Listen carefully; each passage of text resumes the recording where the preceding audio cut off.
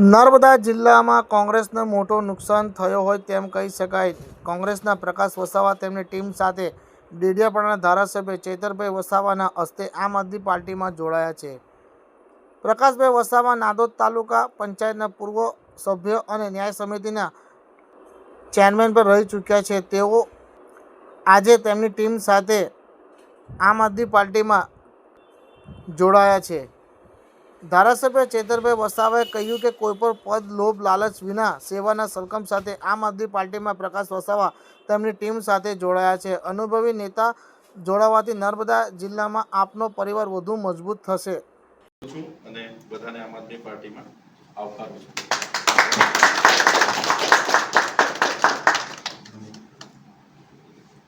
2015 જિલ્લા પંચાયત અમે બનાવી છે, ત્યારથી પ્રકાશભાઈ સાથે છે। અમે પ્રકાશભાઈ તે વખતે અમે બરાબર 5 વર્ષ જિલ્લા પંચાયતમાં કાયમ રહીએ।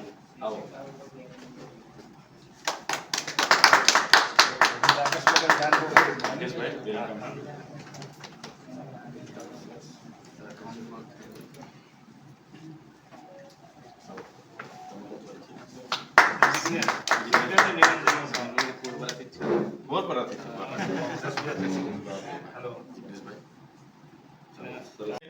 ધ્યેય અમે લઈને નીકળ્યા છે કે ગરીબમાં ગરીબ નિરાધાર વંચિત લોકો સુધી જે પણ શિક્ષણની વાત હોય, આરોગ્યની વાત હોય, રોજગારીની વાત હોય, તમામ બાબતોની વાત હોય કે યોજનાઓ હોય, છેવાડાના વ્યક્તિ સુધી પહોંચે એ અમારો ધ્યેય એમણે જોયો અને હાલમાં એમની પૂરી ટીમ સાથે અમારી સાથે જોડાયા છે। ત્યારે પાર્ટીમાં એમનું હું સ્વાગત કરું છું। પાર્ટીમાં એમનું માન સન્માન જળવાય અને આવનારા દિવસોમાં સંગઠનની બાબતો હોય કે તમામ નિર્ણયો નાંદોદ વિધાનસભામાં એમને સાથે રાખીને એમની સહમતિથી લેવાય એની ખાતરી પણ આપું છું।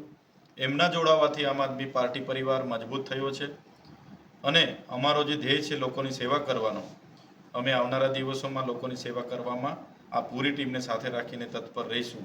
સાથે સાથે એ જ્યારે જોડાવાના હતા, આગળ એક દિવસે અમારી મિટિંગ મળી ત્યારે ચૂંટણી વખતે એ જોડાઈને એક સારા પદ અને ટિકિટની વાત કરી શકત, પણ ચૂંટણી પત્યા પછી આજે જોડાયા અને આગળ અમે વાત કરી ત્યારે એમણે કીધું કે આપણને કોઈ પદ કોઈ ખુરશીનો મોહ નથી, આપણને સત્તાનો મોહ નથી।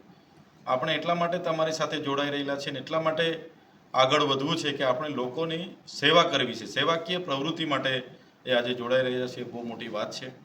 એમને ખૂબ સારો અનુભવ છે। આગળ અમે 2015 જ્યારે નર્મદા જિલ્લા પંચાયતમાં અમે ત્યારે જનતા દળમાં હતા અને એ કોંગ્રેસમાં હતા, ત્યારે અમે સાથે કામ કરેલું છે। એમને ખૂબ બહોળો વિસ્તૃત અનુભવ પણ છે, જેનો ઉપયોગ નાંદોદ વિધાનસભાના 3 તાલુકામાં થશે અને અમારા વિસ્તારોમાં પણ એમની સારી ત્યાં યુવાનો સાથે, એમના કાર્યકરો સાથે એમની ઓળખાણ છે।